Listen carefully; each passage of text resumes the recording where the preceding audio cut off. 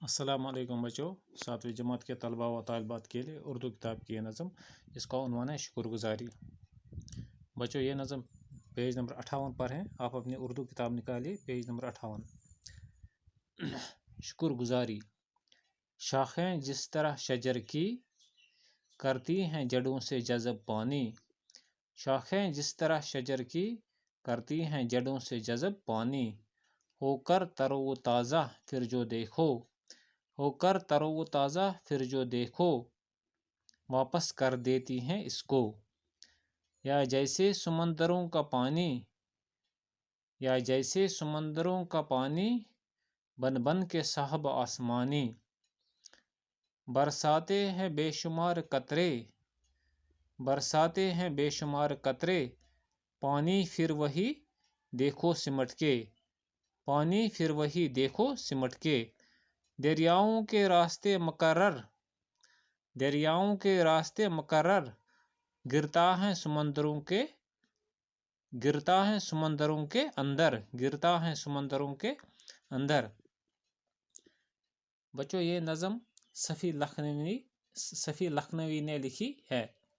सफ़ी लखनवी ने इस नज़म में इंसान पर खुदा के एहसानात का जिक्र किया है, यानी खुदा के एहसानात का जिक्र करते हैं और कहते हैं कि सच्चा इंसान अपने मोहसिन यानी खुदा के एहसानात को याद रखता है और हमेशा उसका शुक्र अदा करता है।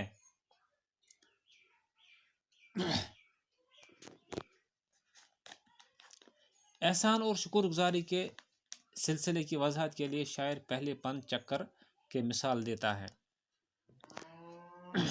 यानी इस पहले पन में शायर यानी चक्कर का मिसाल देता है, यानी ये दुनिया जो है ये एक चक्कर है। शाखें जिस तरह शजर की, शाखें जिस तरह शजर की करती हैं जज़ब, करती हैं जड़ों से जज़ब पानी। होकर तरोताज़ा फिर जो देखो, वापस कर देती हैं इसको। यानी शायर कहते हैं कि दरख्तों की शाखें तरोताज़ा के लिए ज़मीन के अंदर अपने जड़ों के ज़रिए पानी हासिल करते हैं और फिर वो ताज़ा होकर ये पानी वापस कर देती हैं। यानी एक दरख्त जो पानी हासिल करता है वो जड़ों के ज़रिए ज़मीन से पानी हासिल करता है और जब वो तरोताज़ा होता है तो ये पानी वो वापस कर देता है। या जैसे समंदरों का पानी बन बन के साहब आसमानी। यहाँ लफ्ज़ है साहब, साहब मीनस बाप, बाप बे दुचम अलिफ पे। या जैसे समंदरों का पानी बन बन के साहब आसमानी। इसी तरह समंदर का पानी सूरज की गर्मी से भाप बनकर आसमान में चला जाता है और बादलों की शक्ल इख्तियार करता है, और बादलों की शक्ल इख्तियार करता है। बरसाते हैं बेशुमार कतरे, पानी फिर वही देखो सिमट के। यानी फिर वो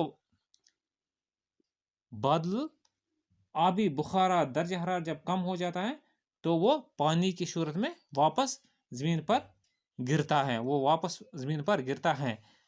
दरियाओं के रास्ते मुकर्रर, गिरता है समंदरों के अंदर, और फिर यही पानी बारिश की सूरत में जब गिरता है तो यही पानी फिर उसी समंदर में चला जाता है जिस समंदर में ये भाप बनकर ऊपर चला पहले गया होता है। बच्चों,